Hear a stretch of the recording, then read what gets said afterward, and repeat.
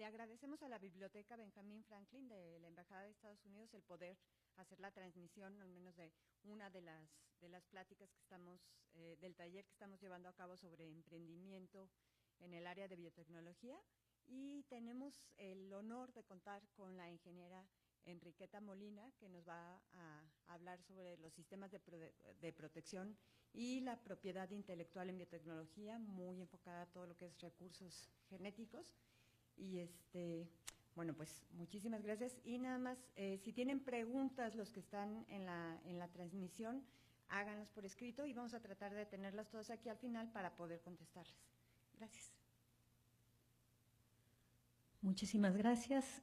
Muchas gracias a la Embajada de los Estados Unidos, a Adriana, a Jaime, a todos los que tuvieron que ver con la organización. Muchísimas gracias. Me siento muy honrada con esta invitación. Y yo les voy a platicar un poquito como inicio, como introducción a todos los temas que se van a desarrollar durante el día de hoy en materia de propiedad intelectual, particularmente enfocado a lo que son las plantas, las variedades vegetales y un poquito de recursos genéticos.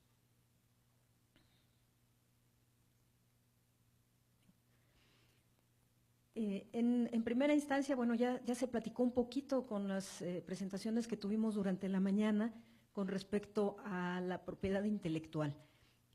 La dificultad que tenemos con todo esto es que resulta algo intangible. Se hablaba de las ideas. ¿Cuánto vale una idea? Siempre se valora mucho a la gente creativa, pero ¿qué valor o cuánto le podemos asignar al valor que puede tener una idea?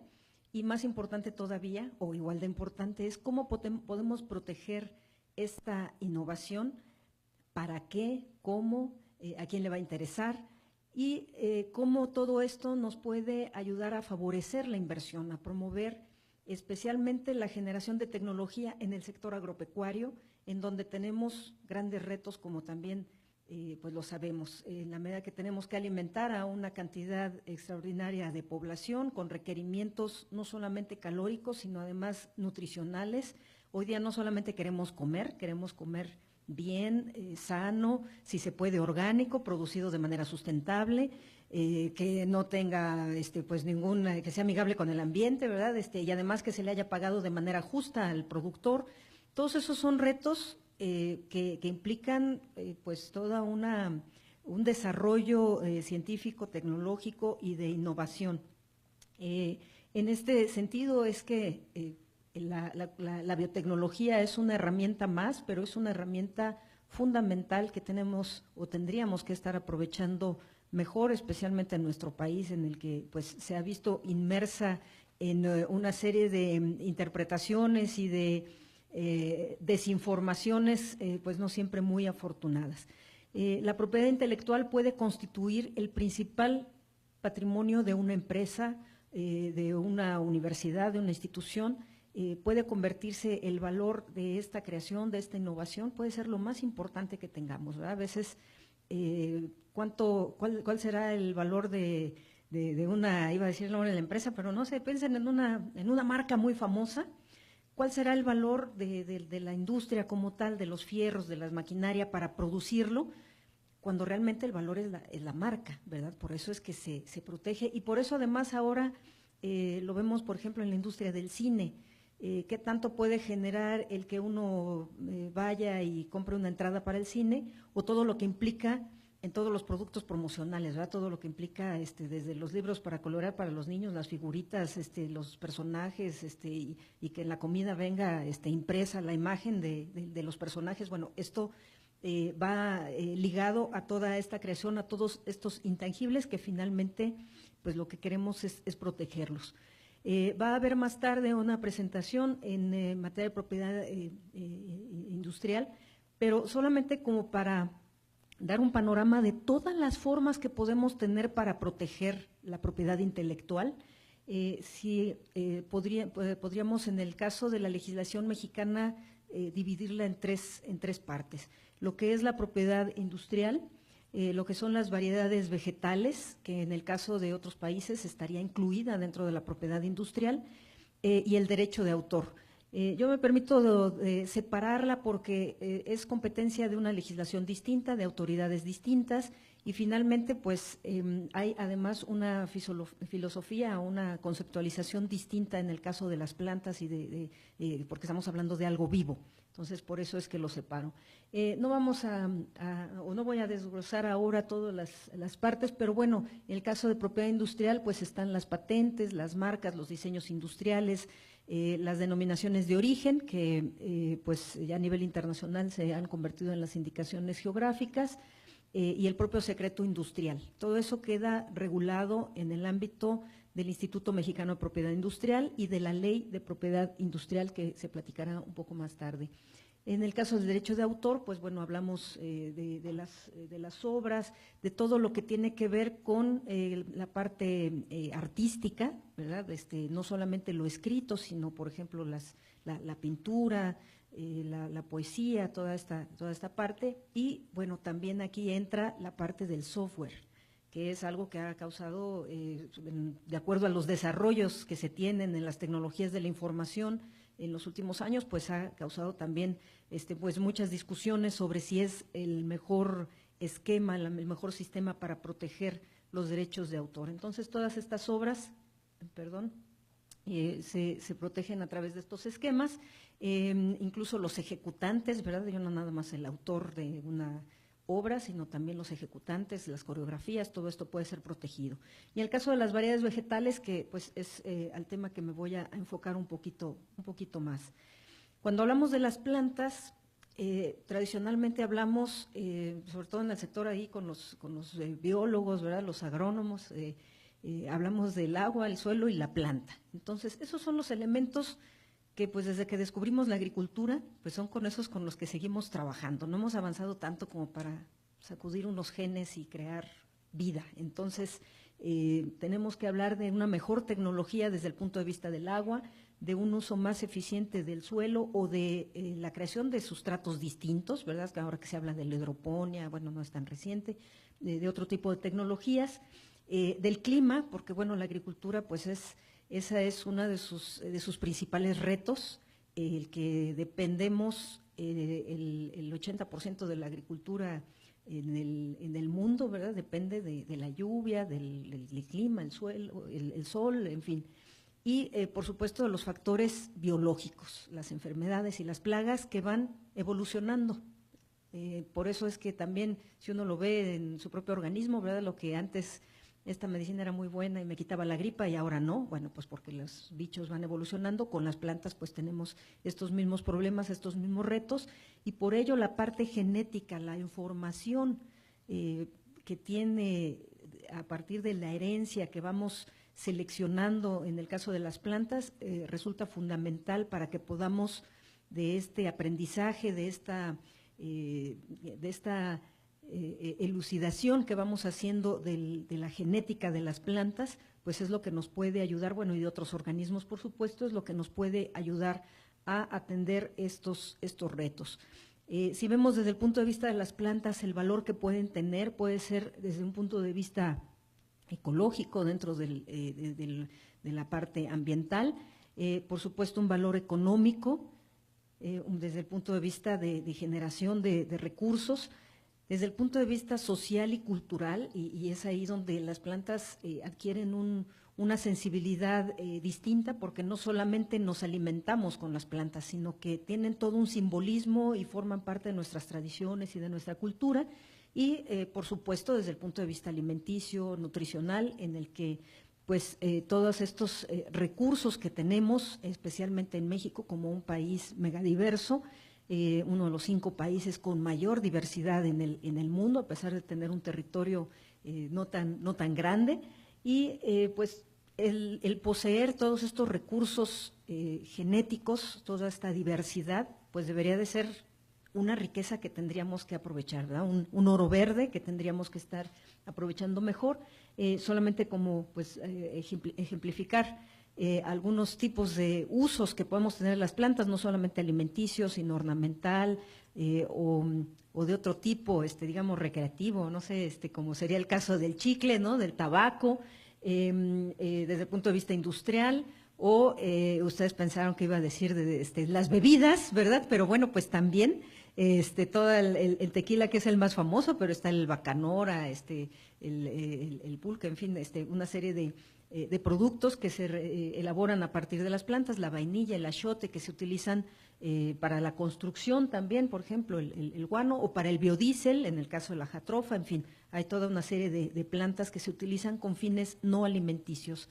Entonces, el valor de la planta puede estar definido por diferentes cosas, ¿verdad? Vemos ahí en la imagen una flor de cempasúchil, que puede ser pues desde campo o de maceta, o desde un punto de vista religioso, ¿verdad? Este es un altar en la zona de Puebla, que también es no solamente para el Día de Muertos, sino para otras festividades.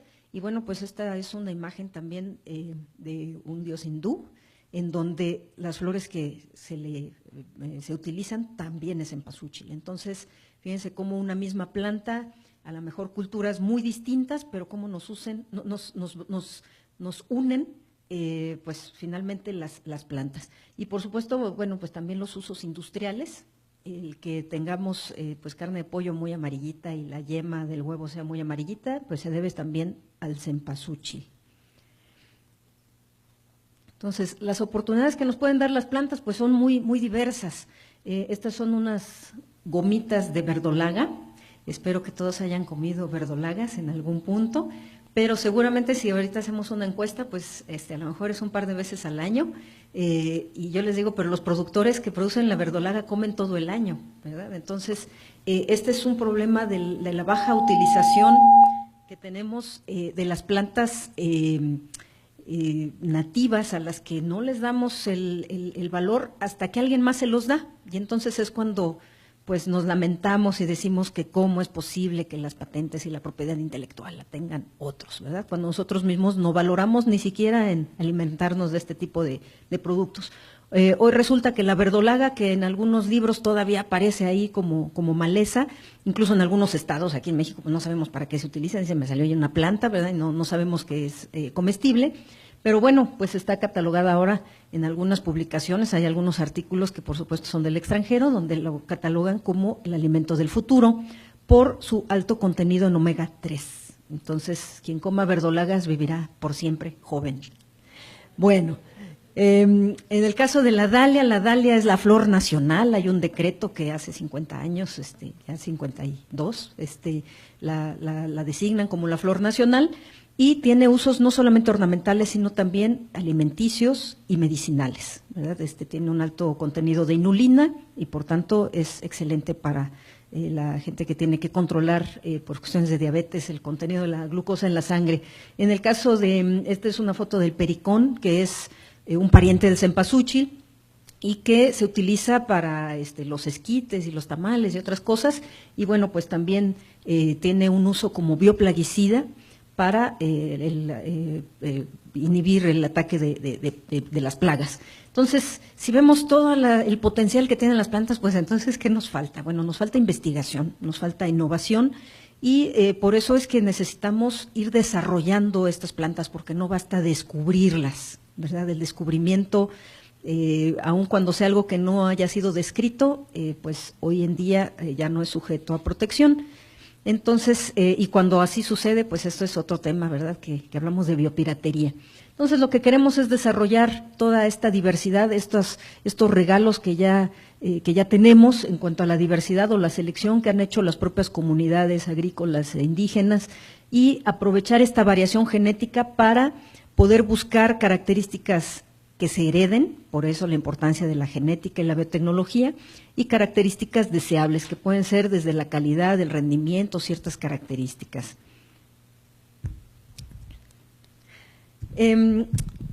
Legalmente, ¿verdad?, porque hace rato decía Esteban, y todavía no les hablo de la parte legal, pero bueno, todo esto que vamos a platicar, pues está basado en la legislación, en la Ley Federal de Variedades Vegetales, y bueno, esta sería como la definición legal, ¿verdad? Todo lo que nos permita desarrollar un producto y hacerlo diferente, hablando específicamente de variedades vegetales. hoy en día está muy de moda el maíz y nos preocupa mucho la parte de los transgénicos y demás. A mí me encanta hablar de hechos, ¿verdad? Yo soy así como más pragmática. Estos son los números. Durante toda esta etapa donde no teníamos pues, realmente mucha investigación, íbamos haciendo selecciones de los materiales, estos son los rendimientos que se tenían, y vean ustedes cuando se empieza con la hibridación, que fue lo que dio pues origen a la Revolución Verde, cuando descubrimos que el cruzar la genética de una planta con otra, pues eso nos daba a lo que se le llamó el vigor híbrido, ¿verdad? Que técnicamente es la heterosis, ¿verdad? Que es, dice una propaganda por ahí que las mezclas son buenas, bueno, eso lo descubrimos desde el punto de vista genético.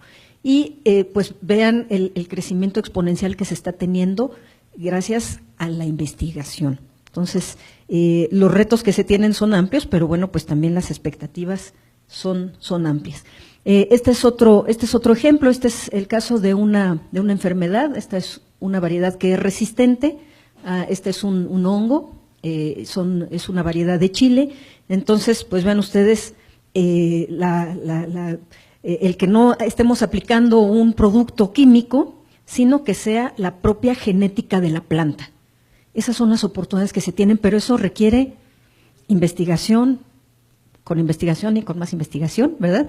Pero partiendo de materiales genéticos, porque por más que me encierre, bueno, yo menos, ¿verdad? Pero algunos de ustedes se pueden encerrar en el laboratorio tratando de aislar algo, tiene que partir de algo porque estamos hablando de entes vivos.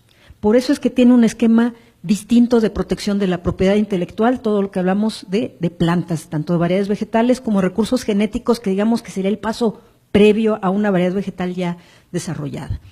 ¿Por qué queremos proteger todo esto? Porque se requiere mucho tiempo. Hablamos siempre de alimentos, bueno, si hablamos de una variedad de rosa, que lamentablemente en México está catalogado igual que con el software, ¿verdad? Tenemos problemas ahí. Lo que hay que hacer para hibridar, ¿verdad? Esto aquí es un pincel, ¿verdad? Así hay que hacer la hibridación en el caso de las rosas, y hay que hacer cruzamientos, hay que hacer 10,000 cruzamientos aproximadamente para sacar una nueva variedad de rosa que tenga éxito comercial. Eso implica muchos años y muchos recursos. Y además es muy fácil de reproducir, ¿verdad? Dicen las abuelitas, te llevas un piecito y nos lo llevamos a otro lado, ¿verdad? Y ahora si hablamos de un laboratorio de micropropagación, pues de una célula podemos sacar millones de plantas. Entonces, esto implica un reto importante desde el punto de vista de protección de la propiedad intelectual y claro, tiene que ver también con otros aspectos de calidad, de nutrición, porque no es lo mismo, así como no es lo mismo comprar algo pirata, pues no es lo mismo utilizar una variedad vegetal que pues no resulta ser la original. Entonces, es una forma de favorecer y de contribuir con la investigación. A veces uno no está dispuesto a pagar una regalía, pero cuando está uno del otro lado y dicen, oye, pues es que esta es una forma así como, no es exigir algo que no me corresponde, sino que es una forma de contribuir a que yo pueda seguir haciendo innovación, porque además no es que ya generé una y ya me puedo, ahora sí que ya creé fama y ya me voy a dormir, sino que tengo que seguir generando investigación. Entonces, es un incentivo para seguir invirtiendo en estos sectores y también es una forma fundamental de favorecer el conocimiento. ¿Cuál sería la alternativa? El secreto. Si no lo protejo bajo una patente, un derecho de autor, el esquema que ustedes gusten, entonces está el secreto. Y si es secreto, pues es como la receta de la Coca-Cola, ¿verdad? Nadie más la puede hacer porque está protegida como secreto. Entonces es como el secreto de la abuela, ¿verdad? ¿Y qué le habrá puesto al arroz? ¿Quién sabe, verdad? Entonces no tendríamos acceso a esta tecnología que una vez pasado el tiempo de ley, pues puede estar accesible a todo el mundo. Es también, por tanto, una forma de acceder a tecnologías. No somos los generadores de todo.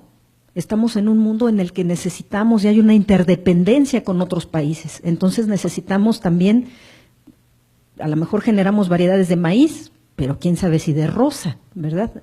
O de gerbera. Entonces necesitamos acceder a esas tecnologías para que México pueda exportar flores, por ejemplo, ¿verdad? Pero entonces necesitamos pagar las regalías a las empresas que generan este tipo de tecnologías. Y es una forma, por supuesto, de reconocer el esfuerzo de los obtentores. A mí he sido muy afortunada, ¿verdad? Y me ha tocado conocer a doctores cuyo nombre es el nombre de la variedad, ¿verdad? Y entonces dicen, bueno, es muy bonito el reconocimiento, pero a mí me hubiera encantado que pues ellos vivieran dignamente, ¿verdad? No nada más que la variedad se llamaba como alguno de los investigadores. Entonces, es un reconocimiento moral, lo cual es muy favorecedor. No sé si me tengo que ir más para acá. Y un derecho económico, es decir, el que tenga yo el derecho a hacer una explotación, un aprovechamiento o a impedir que otro lo utilice. Creo que no es de donde estoy, pero espero que estén escuchando bien los que nos escuchan en línea. Muy bien. Un ejemplo de qué impacto pueden tener los esquemas de protección de la propiedad intelectual. Este es el caso de Kenia. Hasta aquí, durante estos años, ustedes pueden ver aquí es el valor y el nivel de las exportaciones, y a partir de aquí es que se incorporan a los convenios internacionales en materia de propiedad intelectual, y vean ustedes la potencialización, ¿verdad?, que se han tenido. Entonces, las oportunidades, hay un centro de investigación muy importante en Kenia, oportunidad que pudo haber tenido México, y no se pusieron de acuerdo aquí en qué facilidades iba a haber y por qué, y si íbamos a proteger la propiedad intelectual, si le íbamos a respetar, la propiedad intelectual. Entonces, hoy en día Kenia es uno de los principales exportadores a Estados Unidos, ¿verdad? Y el número 1, pues Colombia, ¿verdad? Colombia, Ecuador, Kenia son los principales exportadores, y México no respeta la propiedad intelectual de manera adecuada y no ha generado este esquema de confianza que se requiere. Entonces, cuando hablamos de varios vegetales, hablamos de especies, ¿verdad? Pues son lechugas, manzanas y flores, ¿verdad? Pero ya cuando hablamos de variedades, en realidad estamos muy familiarizados con ellos, ¿verdad? Ya no vamos por una lechuga, ya ni en las ensaladas pedimos una lechuga, ¿verdad? Ya decimos, ¿de cuál es? Pues quiero de la china, la romana, ¿verdad? Ya somos más sofisticados. En las manzanas igual, ¿verdad? En el supermercado ya no dicen manzanas rojas, ¿no? Ya nos dicen golden, ahora sí que ya vienen los tipos, y en el caso de las flores es exactamente igual. A lo mejor no lo distinguimos o no hemos aprendido mucho a fijarnos en eso, pero vemos rojas, amarillas y blancas, ¿verdad? Pero bueno, si viéramos las características veríamos un poquito más. Creo que con las manzanas, ahora sí que ha sido un poco más conocido, ¿verdad? Que la gala, que es la que está así pintita, la Red Delicious, en fin. Estas son las variedades vegetales que ya fueron sujetas a procesos de mejoramiento. En el caso de frutales, por lo menos unos 30 años para sacar una nueva variedad. Por eso es que el ciclo de sustitución es lento, ¿verdad? Por eso comemos aguacate Hass, aunque hay muchos tipos de aguacate, pero es que para que se logre una variedad que tenga los rendimientos y las características y demás, se requieren muchos años en el caso de frutales. Las que son muy fáciles, como pues, maíz o así, pues pueden pasar unos 10 años, es rápido, ¿verdad? Pero en estos otros casos, pues pueden ser varias décadas. Nuevamente, legalmente, pues es la subdivisión de una especie que tiene un conjunto de individuos con características similares, ¿verdad? Homogéneas y similares. Ahorita voy a platicar un poquito más de ello. Entonces, el derecho de obtentor es el ser reconocido como tal y el poder aprovechar y explotar esa variedad vegetal de manera exclusiva y, como en los esquemas de propiedad intelectual en general, es por un tiempo determinado, ¿verdad? De acuerdo a la Constitución, es una excepción a un monopolio, pero es durante un tiempo determinado. Incluso ya es un derecho humano, ¿verdad? Ya está clasificado la propiedad, el reconocimiento de la propiedad intelectual. ¿Y por cuánto tiempo es? Bueno, en el caso de la legislación mexicana es de 15 a 18 años, dependiendo de la especie. En el caso de otros países, porque la legislación mexicana es ya bastante obsoleta, pues tienen plazos más amplios. UPOV, que es el convenio internacional, ahora no hay mucho tiempo de platicar de ello, pero es la Unión Internacional para la Protección de Obtenciones Vegetales. El convenio más reciente, pues ya establece mínimos de 20 a 25 años. Hablamos de los periodos más cortos para especies anuales, como el maíz, el trigo, el frijol, el arroz, que son cultivos anuales, y para aquellos que requieren mayor tiempo, como puede ser el algodón, las flores en general, los frutales, los árboles, los portainjertos, los viñedos, pues todo eso tiene un tiempo de protección más amplio. Las condiciones para que las variedades puedan protegerse es que sean diferentes de todo lo demás que se conozca. Entonces, la diferencia debe ser clara, por lo menos en una característica importante. Deben ser homogéneas, es decir, que la población sea suficientemente uniforme como para poder describirla, y deben ser estables, es decir, que estas características se conserven a través del tiempo, salvo cierta variación que la propia legislación establece. Para todo esto hay una serie de índices estadísticos, hay programas ya de automatización, ¿verdad? Hay software ya para determinar este tipo de índices, y pues debe ser nueva para que tenga un esquema sujeto a propiedad intelectual de 12 meses o de 4 a 6 años en el exterior. Y finalmente, no menos importante, pero pues debe tener un nombre, ¿verdad? Debe tener un nombre para que podamos identificar la variedad. También hay una serie de reglas que son similares a las que se aplican a marcas, de no inducir o prestarse a confusión, de no dar una idea errónea sobre las características de la variedad, etcétera. Y algo muy importante en el esquema de derechos de obtentor es que hay excepciones. Una excepción para que los fitomejoradores o cualquier persona, porque no se necesita tener doctorado en genética para ser un obtentor, cualquier persona puede tomar variedades protegidas para utilizarlas dentro de los programas de mejoramiento, combinarlas con otras, seleccionarlas y desarrollar nuevas variedades. Si la variedad resultante es distinta, entonces esto entra dentro de la excepción. Entonces, esto es un círculo muy noble para poder ir avanzando de manera relativamente más rápida en la investigación desde el punto de vista agropecuario. Y otra excepción es lo que se le llama el uso propio, es decir, que un productor que adquirió legalmente una variedad protegida puede reservar una parte de lo que se cosecha para utilizarlo como semilla. Esto aplica solamente a granos, es una práctica muy común en frijol. Uno siembra frijol y de la cosecha que se obtiene puede reservar una parte para utilizarla como semilla y entra dentro de la excepción. La condición es que sea para uso propio, ¿verdad? O sea, si la vende, la intercambia, ya no aplica esta excepción. Y lo que se busca ahí pues es garantizar el autoconsumo, ¿verdad? La agricultura de subsistencia y pues por supuesto la investigación. ¿Qué formas tenemos de proteger las variedades vegetales en el mundo? Pues está el esquema de patentes y está el esquema de variedades vegetales. Estados Unidos tiene ambos, tiene una legislación acorde a variedades vegetales y tiene también la ley de patentes para plantas, con ciertas características o ciertas particularidades para cada caso. En el caso de México, el esquema que aplica es el de derechos de obtentor de variedades vegetales, de ahí lo del DOV, derechos de obtentor de variedades vegetales, y que es una legislación específica. La mayoría de los países, la tendencia actual es hacia este esquema de derechos de obtentor. Japón, Australia todavía tiene también el esquema de patentes, al igual que Estados Unidos, pero un poco la filosofía que acompaña a las variedades vegetales es, en primera, su forma de obtención. Por eso las condiciones que se requieren para la protección son distintas. En el caso de patentes se va a ver más adelante en otro tema, pero bueno, es la capacidad inventiva, el que no sea algo obvio, el que tenga una aplicación industrial. Y en el caso de variedades vegetales hablamos de que sean diferentes, que sean homogéneas y que sean nuevas, ¿verdad? Diferentes, homogéneas y estables, ¿verdad? Es lo que se le llama DHE. La duración es distinta, pero bueno, pues eso puede ser diferente de país a país. La otra diferencia fundamental son que las patentes va acorde a reivindicaciones, es decir, que tanto yo puedo describir y decir, bueno, y dentro de esta invención que yo presento, reclamo tales y tales y tales cosas, y pueden ser tan amplias como mi invención pueda dar, como tan bueno sea mi abogado, ¿verdad?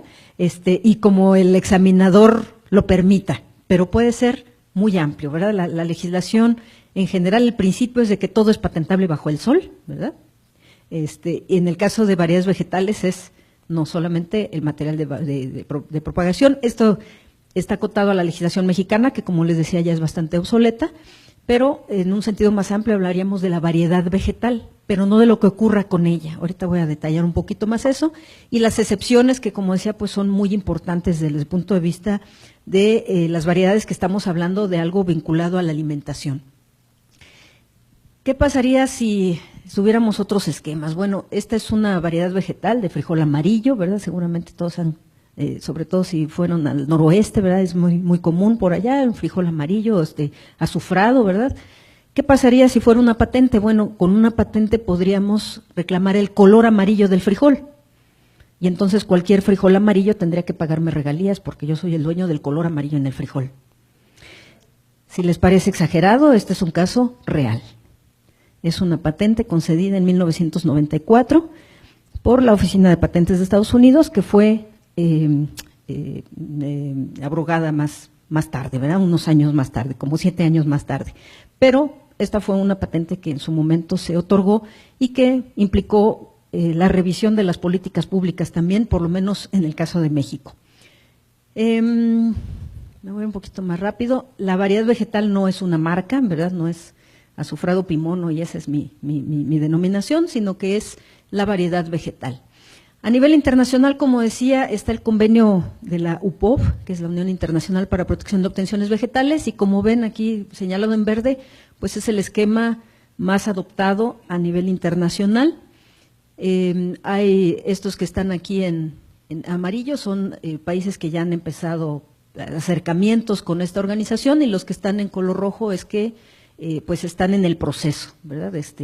La adhesión a la UPOV no es solamente suscribir un instrumento, sino que tiene uno que pasar el examen. La legislación debe cumplir con los principios del acuerdo internacional y por eso es que pues lleva un proceso un poquito más amplio, tiene uno que ser aprobado por el Consejo de la UPOV. Algo importante que tiene la legislación mexicana, o más bien que no tiene la legislación mexicana, es que actualmente protege únicamente el material de propagación, es decir, este es un invernadero, ¿verdad? De flores. Entonces, esto quedaría cubierto porque están aquí propagando una variedad vegetal, pero no quedaría cubierto el que afuerita estén vendiendo las flores piratas, ¿verdad? Entonces, esto es algo que la legislación mexicana no cubre y por eso estamos fuera de la competencia en comparación con otros países latinoamericanos dentro del acceso a las variedades vegetales para fines de exportación particularmente, y también, por supuesto, pues esto le afecta a los creadores mexicanos.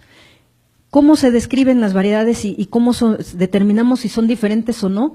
Con características morfológicas, es como se tienen que describir como la media filiación que le hacen a uno, ¿verdad? Y que no nos ponen ojos dos, ¿verdad? Sino nos dicen de qué color son, si nuestro color de piel, características que si bien van vinculadas con nuestra genética, no nos hacen una huella molecular, ¿verdad? Sino que nos describen.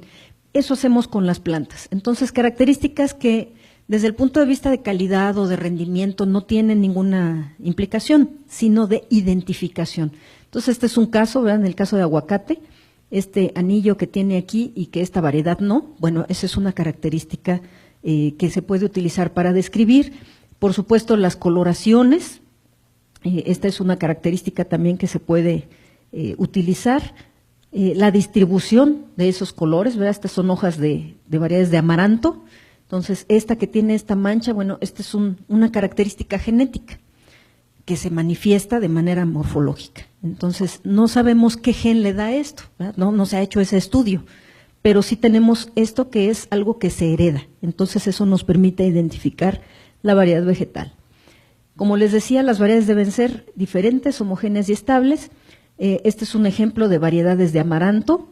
Y pues podemos ver desde las formas, las coloraciones, todas estas pues tienen diferencias muy claras, que es lo que nos permite registrar las variedades, describirlas y por tanto registrarlas. ¿Qué pasa con las variedades que nos resultan novedosas? Porque son el resultado del trabajo que se ha venido haciendo por los propios agricultores, pero pues durante pues decenas o a lo mejor cientos de años, como son los maíces criollos, ¿verdad? Los maíces nativos, el maíz azul, bueno, de muchos colores, ¿verdad? Entonces, hay una opción que es el Catálogo Nacional de Variedades Vegetales, que está establecido en la Ley de Semillas, y donde se pueden describir y registrar este tipo de materiales, ¿verdad? Esta es una nochebuena de Morelos que se llama reilete. Miren qué chulada, ¿verdad? Y esto es algo que pues se ha venido generando por el propio trabajo de los agricultores. ¿Cuál es el objetivo de este catálogo? Bueno, no confiere exclusividad, no es un derecho de propiedad intelectual, pero aporta algo muy importante. Tiene fines documentales y de registro. Es decir, que el día de mañana ya nadie puede decir, oye, voy a patentar el color rojo de la tuna, ¿no? Sino que ya hay una constancia documental de toda esta diversidad, ya no la natural, ¿verdad? No hablamos de la diversidad silvestre, sino que ya hubo una intervención humana. Esa es la diferencia con un recurso fitogenético, ¿verdad? No es algo, el maíz nativo pues no es así que pues ahí estaba, ¿verdad? Y lo descubrimos, no, los mexicanos lo desarrollamos, ¿verdad? Por eso dijo Octavio Paz, ¿verdad? Que era después del fuego era el alimento más grande del hombre. Bueno, pues fue del hombre mexicano, ¿verdad? Y si me escarban más, fue del hombre y de la mujer mexicana, ¿verdad? Fue de los mexicanos. Entonces, bajo este esquema hay registradas ya un número importante de variedades, más de 200, de nopal, de choconostle, de amaranto, de tomate de cáscara, de agave, de cheveria, en fin, de una serie de especies. Ahora, antes ya enfilándome al final, los temas espinosos, ¿verdad? Por eso puse este cactus que se llama asiento de suegra, no sé por qué razón, pero de los temas espinosos en propiedad intelectual, pues en primera son las invenciones contra el descubrimiento. Si yo me llevara este cactus a algún país muy lejano, o una planta que aquí no se conozca, pero me la traigo de Madagascar, ¿verdad? Y me la traigo para acá, como va a ser algo que nadie más ha visto, pues a lo mejor es chicle y pega, ¿verdad? Y me dan un registro. Esa es una de las principales preocupaciones que dan todos estos esquemas de decir, tenemos que impedir que algo que solamente se descubra sea sujeto a protección. Las legislaciones hoy en día son muy estrictas en eso. La legislación mexicana dice no basta descubrir, hay que desarrollar, sea una planta o sea otra cosa, o un gen, ¿verdad? O un gen. Necesito secuenciarlo, necesito decir para qué sirve. Entonces, eso es muy importante. Entonces, es la novedad. Y tiene que cumplir, en el caso de patentes, pues con todos los requisitos de patentabilidad, y en el caso de las plantas, pues con todos los requisitos de que sea diferente a todas las demás, ¿verdad? Y que sea homogénea y que sea estable. La otra cuestión es de quién es la tecnología. Y muchas de las objeciones que hay ahora a los productos biotecnológicos es de quién son. Cuando ese no debería ser la discusión, es de para qué sirven, si son amigables con el ambiente, qué problemas resuelven. Ese debería ser nuestro análisis, ¿verdad? Debería ser un análisis técnico, científico. Así dice la legislación, pero pues a veces gana más el sentimiento que la razón. Entonces, es muy importante, y ya se ha mencionado durante esta mañana, la importancia de hacer alianzas. A veces dice uno empresa y ya es como quieren dinero, ¿verdad? Y es así como un concepto negativo. No lo es un aliado. Al igual que las instituciones públicas que tienen tantas limitaciones normativas para poder transferir las tecnologías. Entonces, bueno, ya las generaron, pero ahora ¿cómo las transfiero? Pues me tengo que aliar. Y tiene que haber más alianzas del sector privado con el sector público para que podamos pues, realmente tener productos que puedan ser viables y que generen ganancia para seguir haciendo investigación, porque finalmente, y que generen desarrollo, porque pues también para eso queremos toda esta investigación. Las interrelaciones que hay con ser recursos genéticos, con ser variedades vegetales, con cuestiones de bioética, ¿verdad? Hay además mucha desinformación sobre esto, ¿verdad? Que si ahora van a venir y van a decir que el maíz es azul, o se va a prohibir, ¿verdad? A mí me ha tocado también así como que ahora es requisito que el maíz azul se registre para que se pueda vender. Dicen, ¿en qué parte de la legislación habrán visto esa parte? Porque no la leemos, ¿verdad? Entonces, es muy importante el tener en cuenta estos elementos para la decisión y las regulaciones que se desarrollen en este sentido. Y bueno, claro, la concentración económica que también nos decían, bueno, en la compra y venta de empresas desde el punto de vista agrícola y biotecnológico, pues cada vez hace que las manos sean menos, pero pues ahí es donde también es muy importante que las instituciones se les permita hacer la investigación, porque ahora como están las regulaciones es muy, muy complicado. Muy rápidamente, si vemos lo que son un transgénico, ¿verdad? Nada más para verlo desde el punto de vista de cómo se podría proteger la variedad inicial, tanto la variedad modificada, se protegería o se puede proteger a través de un derecho de obtentor. Si el gen se le pone a otras variedades, pues también se pueden proteger bajo un derecho de obtentor. Y lo que en realidad se puede patentar es el gen. ¿Por qué es un esquema diferente? Bueno, porque cumple con todos los requisitos de patentabilidad, ¿verdad? Ya lo van a ver más adelante, pero cumple con todos los requisitos de patentabilidad. ¿Por qué no necesariamente patentar la planta? La legislación mexicana lo permite y así se realiza, pero como que por lo menos teóricamente no tiene sentido porque este gen modifica esta planta, pero es a una, ¿no? Y ese es el principio, pues sí se puede proteger porque es una planta y no es una variedad vegetal, pues es como un poco, no es lógico, ¿no? No vamos a plantar un maíz, vamos a hacer una plantación de una hectárea, ¿no? Y entonces son miles de plantas. Y además ese gen se le puede meter a otras especies o a otras variedades. Por eso es que, digamos, finalmente los esquemas conviven, ¿verdad? O coexisten, tanto la patente como el derecho de obtentor. Y además se puede patentar pues toda la metodología que se tuvo para fines de la obtención de este gen, de la secuenciación o el aislamiento, la introducción, ¿verdad? Toda esta, pues ahora sí que para ponerlo muy simple, pero bueno, pues toda la preparación del gen, pues todo eso también es sujeto a una patente. ¿Por qué todo esto causa controversias? Pues porque tiene que ver, una, en que estamos interfiriendo con la vida, ¿verdad? Y de entrada eso nos hizo ruido. Sin embargo, ahora sí aceptamos inyectarnos insulina porque tenemos diabetes, ¿no? O comernos un yogurt que tiene no sé qué tantas cosas, y pues finalmente todo eso es biotecnología. Ya no voy a decir que pues tomarnos un vinito pues también es biotecnología, ¿verdad? Pero bueno, todo lo que es modificado y que ya hicimos alguna manipulación, eso nos llama la atención y como que no sabemos si aceptarlo o no. La otra que decía es quiénes son los dueños de la tecnología. Nos preocupa que volvamos a crear dependencias, pero ahora desde el punto de vista tecnológico. Eso solamente se ataca de una manera. Hay que crear nuestra propia tecnología y pues Brasil ya lo hizo, ¿verdad? Brasil dijo, yo le voy a apostar a mi biotecnología y pues se demoró unos 10 años, pero ya tiene variedades modificadas genéticamente propias, ¿verdad? De su instituto de investigación. Entonces, esta manipulación y esta apropiación de los recursos siempre, pues, nos hace ruido, pero son retos que tenemos que afrontar porque son los retos que nos pone el propio desarrollo de la ciencia. Si queremos soluciones locales, pues tenemos que dar apoyos locales e investigación local. Desde el punto de vista de salud, no hay ninguna referencia científica seria que haga algún señalamiento o alguna afectación por el uso de la biotecnología. La parte de la biodiversidad, que bueno, pues ya nos hablaban de las supermalezas, pero también tenemos que usar menos agroquímicos, entonces necesitamos hacer investigación en biotecnología.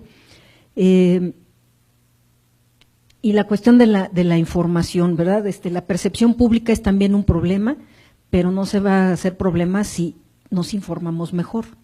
No es lo mismo que yo diga, no estoy a favor por esta y esta y esta y esta razón, a que digamos, no estoy a favor porque me dijeron que me van a salir 3 ojos, ¿verdad? O sea, como que esa parte es la que es como extraña.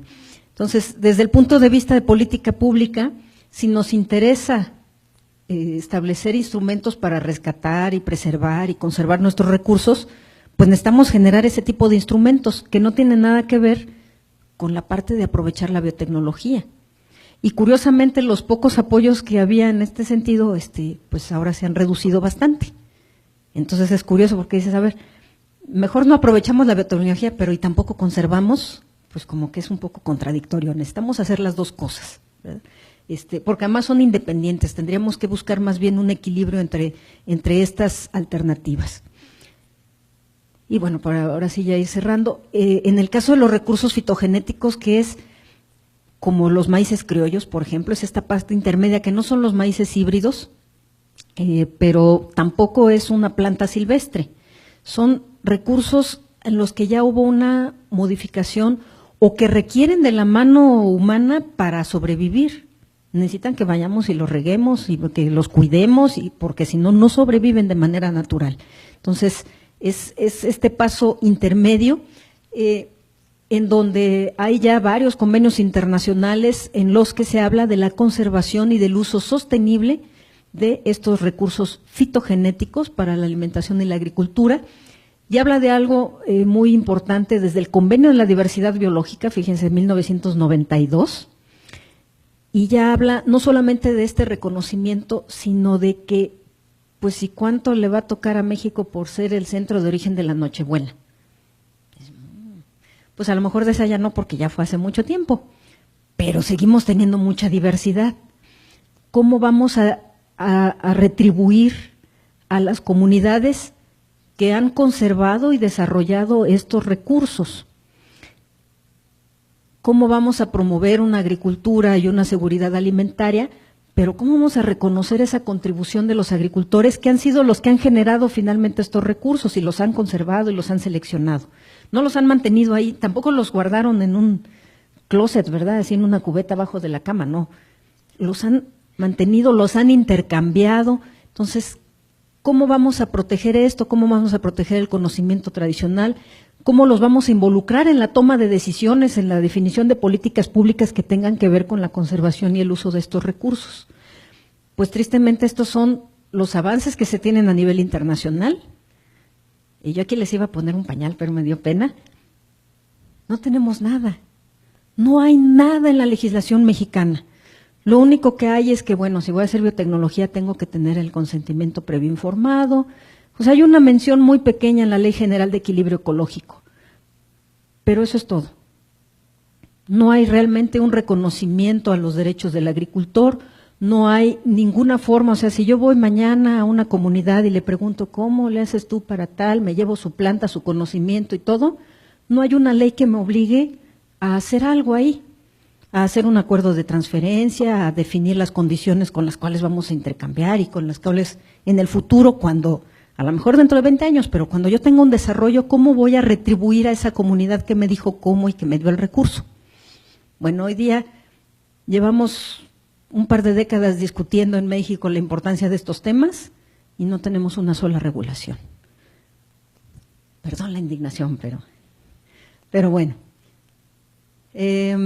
Bueno, esto es un poco el comercial, pero hay una estrategia mexicana para la conservación vegetal en la que participan diferentes instancias y que tiene una serie de líneas tratando de, por lo menos con lo que hay, porque pues a lo mejor no nos toca hacer la regulación de manera directa, pero cómo vamos a ir avanzando en el conocimiento, en la conservación, en la restauración de los agroecosistemas, en el control de las amenazas o la identificación, en el uso sustentable y en la parte de educación y sensibilización, concientización del público en general. Entonces, hay una serie de documentos que coordina la CONABIO. En el sitio de CONABIO pueden ver EMCB, que es la Estrategia Mexicana de Conservación Vegetal. Y bueno, hay algunas acciones que se están haciendo con muchos trabajos porque no hay recursos específicos para estas acciones, con todo y lo que ello nos preocupa. Y ya finalmente, porque platicamos un poquito de poder incluir la parte de conocimientos tradicionales, se hizo una encuesta, un estudio por parte de la Comisión para el Desarrollo de Pueblos Indígenas, en donde se hizo pues todo un diagnóstico de cómo podíamos proteger los conocimientos tradicionales.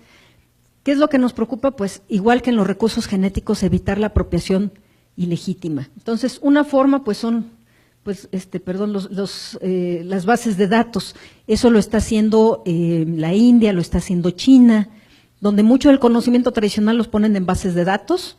Algunas son de acceso únicamente a la Oficina de Patentes Europea o de Estados Unidos, pero para que por lo menos vean, pues alguien que vino a patentar la nixtamalización, diga, no, pues mira, esta ya estaba y ya la tenían, ¿verdad? Entonces es una forma preventiva de acercar la información a los examinadores que finalmente no pueden saberlo todo, no pueden ir a una biblioteca de Siberia a ver si ya había alguna referencia. Otra forma puede ser positiva, es decir, esta es preventiva, ¿no? Otra es decir, pues impedir el uso, ¿verdad? Y entonces sería mantenerlo en secreto. En eso las comunidades, ¿qué dijeron? Hubo de las que decían, ¿y por qué no lo voy a compartir si así es como se genera el conocimiento, tengo que compartirlo? Otros dijeron, no, pues ni yo lo sé, o sea, lo sabe el sabio de, ¿verdad? Lo sabe el chamán, bueno, el chamán no, pero el curandero, ¿verdad? El curandero. Y entonces dicen, no, pues entonces el acceso es limitado. Entonces, ante tanta diversidad es muy, muy complicado. ¿Qué pasa con las innovaciones que se basan en conocimientos tradicionales? Esta es una noticia, no sé si la vieron, pero es muy, muy reciente, ¿verdad? Que resulta que así, y entonces dicen, oye, pues que esta firma francesa pues le pague algo a los de acá. La persona cuando la entrevistaron, no me acuerdo el nombre de la modista, pero dijo, pues yo lo que quise fue al contrario promoverlo, o sea, mis intenciones eran buenas. Pero entonces, pues si eran buenas, pues regrésales algo. ¿Legalmente qué se puede hacer? Nada, porque otra vez nos ha preocupado mucho el tema y no tenemos nada legislado. Por supuesto es muy complejo, no es sencillo. ¿Cómo vamos a proteger esto? Y hay formas ya, ¿verdad? Dicen, pues protégelo bajo diseño industrial, por la ley de propiedad industrial. Y el conocimiento tradicional es fácil, por derechos de autor. Y dices, híjole, pues si fuera una canción, a lo mejor si hubiera una canción tradicional de la zona. Pero el conocimiento tradicional es tan diverso también y tan complejo que otra idea es que se vayan creando sistemas especiales, ¿verdad? Sistemas sui generis para proteger todo esto. Pero lo que hoy en día tenemos es pues solamente que México es parte del Convenio de la Diversidad Biológica y ahí se menciona que vamos a tener estrategias para esto. Lo poquito que dice la Ley General de Equilibrio Ecológico, que no por poquito es poco importante, qué bueno, pero eso es todo. Entonces, todavía nos queda mucho por desarrollar en estos temas. Creo que estoy ya muy sobre el tiempo, así es que muchísimas gracias y pues si tienen preguntas, pues ahora durante la mesa, con todo gusto, y las que tengan por escrito igual. Muchísimas gracias.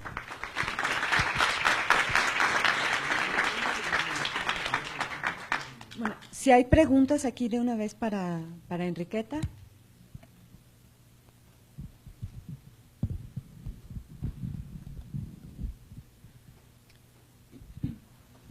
Gracias, buenos días, Enriqueta. Jaime Padilla de Agrobio México. Tengo dos preguntas. Una es, ¿cómo se ha comportado la cuestión de la novedad comercial? Porque como que hay esto de que sea estable, homogéneo y todo, pero este requisito de novedad comercial, ¿exactamente a qué se refiere? Okay. Y la segunda es, en este consorcio de la estrategia de conservación vegetal, ¿va a tener alguna injerencia sobre la reglamentación del protocolo de Nagoya? Híjole, me pusiste una muy fácil y una así de… en el caso de la novedad como es comercial se basa, en primera instancia, en el caso de México es información proporcionada por el propio obtentor. En el caso de Europa, toda esta descripción que se tiene que hacer la realiza la autoridad. Entonces uno va y deposita las semillas o el material de propagación y la autoridad es la que tiene sus colecciones y hace el crecimiento de las plantas y todas las pruebas para determinar si las variedades son diferentes, son homogéneas, son estables. En el caso de México, como la mayoría de los países ahora sí que americanos, ¿verdad?, de este continente, se basa en la información del obtentor. Entonces el solicitante es el que proporciona esa información y lo que hace la autoridad es verificarlo en catálogos, en gacetas oficiales, en registros vinculados con variedades. En el caso de México es muy común que lo pueden encontrar ya además ya en internet, ¿verdad? Y dicen la nueva variedad fulana y ya la lancé, ya la regalé, ya la tengo en todas partes. Y como 3 años después que ya vi que es muy exitosa, voy a solicitarla. Y entonces ahí me dicen, ahora sí que ya no es posible porque ya no tiene novedad. Entonces, hay algunos casos en donde es muy evidente porque se publicita mucho y en otros pues es más complicado porque, bueno, depende de si haya registros. Por ejemplo, para el caso de producción de semillas, pues ahí se puede también verificar y decir, esto ya se estuvo produciendo semillas desde hace 5 años y como apenas vienes a registrarla. Y el candado final, porque a lo mejor el examinador no tuvo acceso a toda esta información, es que todo esto se publica en el diario oficial. Entonces, en el diario oficial se dice, estas son las solicitudes que se han presentado y aquí está esta nueva variedad de berenjenas, ¿verdad?, del ingeniero Jaime. Y alguien puede decir, oye, no es nueva porque yo esta la vengo importando desde Nueva Zelanda, desde tal fecha, ¿verdad?, y tengo estos elementos. Entonces, ese es el último candado, ahora sí que el ojo vigilante del sector, que esté atento a la publicación de la información, que es en el diario oficial y por supuesto en internet, ¿verdad? Pero bueno, la manera formal es en el diario oficial. En el caso del protocolo de Nagoya, yo creo que no han sido escuchado mucho las diferentes voces que pueden participar, pues ya no en si firmamos o no, sino pues ya que firmamos y que México se comprometió a tener los mejores mecanismos para cumplir con lo que dice el protocolo, creo que debería ser un poquito más abierta esa discusión y tristemente este comité pues no tiene el acceso. Algunas de las instituciones, por supuesto la parte gubernamental, son los que están desarrollando la regulación, pero no han tenido, pues ahora sí que no ha sido consultado los propios órganos curiosamente consultivos. Desde el punto de vista de agricultura o de medio ambiente, hasta donde yo tengo conocimiento, que siendo presidenta del comité, pues creo podría haber sabido. Entonces, no. Y debería estar ya lista, porque bueno, casi que debería haber sido antes de, ¿no? Es un poco como decir que sí vamos a la fiesta y todavía no tengo ni qué les voy a dar, quiénes van a ser los invitados. Bueno, todavía no sé ni qué estoy festejando casi. Entonces es como curioso, pero tendemos a hacer eso y bueno, es como, pero bueno, ya que lo hicimos y ya que ya, si ahorita ya les pongo, me los espero a todos en mi casa, ¿no? Pues de entrada tengo que hacer algunas cosas, ¿verdad? Y avisar a la casa, oye, ahorita van 50, o si la voy a hacer de traje, pues es mejor. Y entonces creo que cada institución podría aportar algunas cosas, sobre todo porque implica costos, implica, y en parte también es eso, que dicen, pues yo lo que ya no tenga que hacer porque ya no tengo recursos como institución para hacer más cosas, o cómo aprovecho lo que ya existe. Pero para aprovechar lo que existe, pues hay que fortalecer también lo que existe, ¿verdad? Porque si dicen, y ese ha sido pues como que un estira y afloja entre las propias instituciones, porque no es falta de voluntad a veces, sino que son falta de recursos también, entonces es complicado. Sí. ¿Tenemos otra pregunta por aquí? Bueno, soy Abraham Valverde de la Bicel Micropropagación, muy reveladora la exposición. Y a mí, solamente como a nivel de comentarios, me quisiera decir algunas cosas que preocupan y que han sido palabras salidas de los conferencistas. Cuando hablamos de generar grupos de proceso, cuando hablamos de multidisciplinariedad y cuando hablamos de la camisa de fuerza que tienen las instituciones para poder generar procesos que de verdad aterricen en la población. Hablo del café, ¿no? El café en el mundo ha sido una y otra vez abordado el problema de la roya, el ojo de gallo, los parásitos, toda esa problemática ha sido cada vez abordada desde el mismo punto de vista. El compadre del presidente el turno es el que trae la nueva variedad geisha o la que sea al país, trae millones de dólares en semillas y vuelven y hacen lo mismo, ¿no? Cuando hablamos de biotecnología, nosotros estamos planteando o estamos haciendo trabajo en mejoramiento del café, pero las instituciones nos parcelan a todos el conocimiento. Hay una convocatoria de CONACYT que dice, a ver, 3 rubros, mejoramiento genético, pero aparte mejoramiento de suelo y como tercer lugar, mejoramiento de la cadena de valor. Pues lo que tenemos que hacer es confirmar ese mejoramiento genético en la tasa. Entonces tenemos que generar procesos a través de todo, mejorar el suelo, ver qué onda con los parásitos y llegar hasta la tasa. Lo que hacemos aquí es que estamos en la misma parcela, en una misma parcela todos, que nos estamos planteando qué con la biotecnología, ¿no? Y entonces podemos plantear qué con el mejoramiento del razonamiento colectivo, ¿no?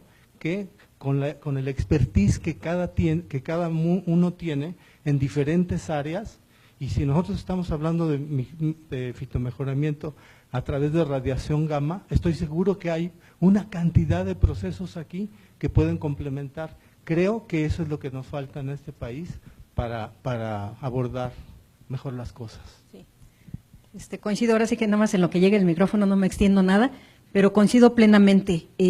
No hemos cambiado nuestro paradigma de hace 50 años en donde pensábamos que teníamos un solo problema, había que producir más. Y como que todas las líneas siguen estando en esa cuando hoy sabemos que no. No tenemos un problema, tenemos muchos factores y por eso necesitamos una visión integral y muchas disciplinas y muchas instituciones y además de diferente carácter. Por eso yo hablaba de las alianzas del sector privado. O sea, queremos que el investigador investigue y además venda y sea mercadólogo y además sea antropólogo social. No, cada quien debe tener un papel y sí no hemos querido romper esto de que los problemas son muchos. Decíamos, queremos comer, sí necesitamos producir más, pero pues antes era fácil, ¿verdad? Decimos, pues ponle más fertilizante. Pues ahí están los problemas, ¿verdad? Tengo mucha plaga, échale más insecticida, ¿verdad? Y ahí están los problemas. Entonces, necesitamos cambiar esa imagen. En internet tenemos muchísimas felicitaciones. Y 2 o 3 preguntas, te voy a decir una porque ya tenemos que cortar la transmisión. Una pregunta es de Alma Agarciri, que dice, ¿existe un país que actualmente maneje la biotecnología? Si tienen resultados a un determinado plazo. Y por último, ¿qué riesgo tiene sobre la salud? Y felicitaciones también. Muchas gracias. Muchísimas gracias. Hay muchos países que ya están utilizando la biotecnología, incluido México, nada más que México la estamos utilizando en algodón. Y los resultados que tenemos en algodón son extraordinarios en la reducción de aplicaciones de insecticidas. El problema con el algodón es que pues es un gusano, ¿verdad? Afecta pues ahora sí que la borla, ¿verdad? Del algodón y pues eso ya no funciona. Para combatir eso se ponían, no recuerdo la cifra, pero eran 30 y tantas aplicaciones, una cosa así. Hoy en día se ponen 1 o 2, eso ha reducido los costos y por supuesto que ha reducido la contaminación de los suelos, de los mantos freáticos, del ambiente, eso está muy documentado y demás. Y México es centro de origen también del algodón. Entonces, nuestra mentalidad o nuestras decisiones han sido más de sentimiento que por razón.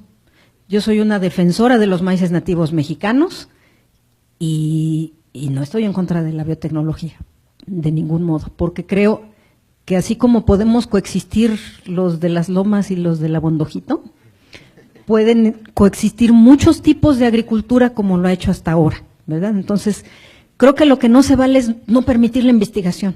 Y yo lo he dicho en varios foros, en alguno estaban con los diputados y casi me linchan y me sacan. Dijeron, ¿dónde está prohibida la investigación? Aquí, porque no permitimos hacer experimentación y no ponemos reglas para la investigación para decir, y si pasa esto, entonces te regresas, ¿verdad? Nos enseñan a hacer esos esquemas, ¿verdad? Y si pasa esto, entonces ya no pasa más, ¿verdad? No hay una sola evidencia científica seria de afectaciones a la diversidad, al ambiente, a la salud.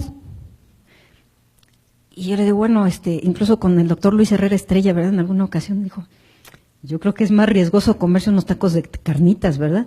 Y eso no nos ha preocupado mucho. Bueno, todo tiene un riesgo, los medicamentos tienen un riesgo y nos ponen, ¿verdad? Puede causar tales cosas. Y uno pues lo hace con cuidado de decir, mira, resulté sensible a tal componente, pues entonces ya no. Pero sin evidencia científica, yo eso es lo único que yo defiendo, ¿verdad? Más que otra cosa. Lo que yo defiendo es, pues, a la ciencia seria, ¿verdad? Y a que podamos informar mejor a la población. Creo que eso serían así las claves. Si de una manera así decimos el riesgo es mucho y prefiero no, será muy respetable y la ley lo permite además, porque dice podemos tener zonas libres de, pero difícilmente lo que necesitamos son programas específicos para conservar nuestra diversidad. Necesitamos recuperar los programas de los custodios de las razas de maíz, se estaban haciendo cosas muy interesantes, ¿verdad? Necesitamos rescatar esa parte y yo creo que podemos coexistir porque este es un país diverso y la ciencia también tiene que ser así de diversa. Muchas gracias.